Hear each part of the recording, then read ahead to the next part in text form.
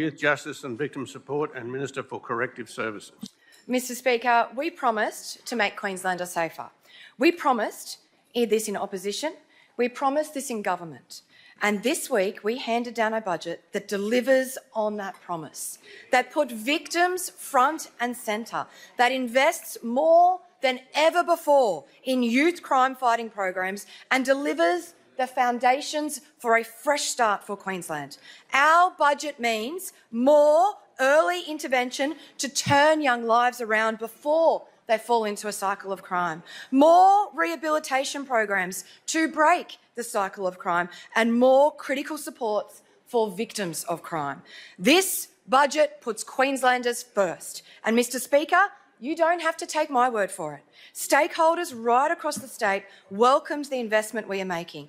Damien Douglas from Rochedale South Crime Watchers addressed his community and said, "Many of you have spoken up about break-ins, car thefts, hooning and concerns around community safety.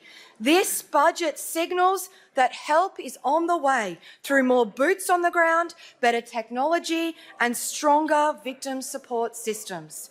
Well, Damien, you are right, and help is on the way.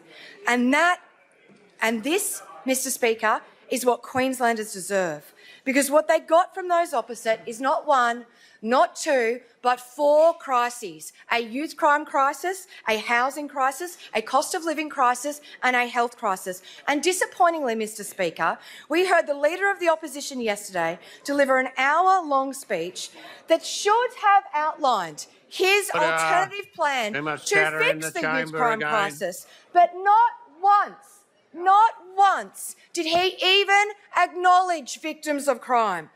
Not once. What Queenslanders deserve from the Leader of the Opposition is an apology for forgetting victims and an apology for the 4 crises that they are suffering from under his failed leadership. We will always put Queenslanders first. And that is what this budget delivers. We are investing in a suite of early intervention measures, from gold standard early intervention to crime prevention schools to our regional reset programs. We are putting more measures in place now to turn the tide on Labor's youth crime crisis, to give the next generation of youth the support they need and the education they need to have a brighter future.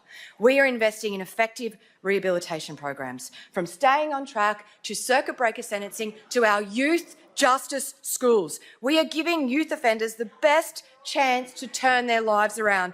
And that's not all, Mr Speaker. We are investing in our correctional system. We have $2.39 billion to build prison infrastructure in this state, as well as enhanced security around sex offenders and improved efficiencies for the parole board, and taking stronger action to protect those at risk of domestic violence.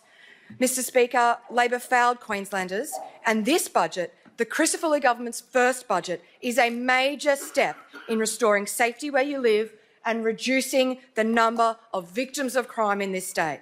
And this is just the beginning of the fresh start that Queenslanders voted for. Mr Speaker, call the Minister for Health and Ambulance Services.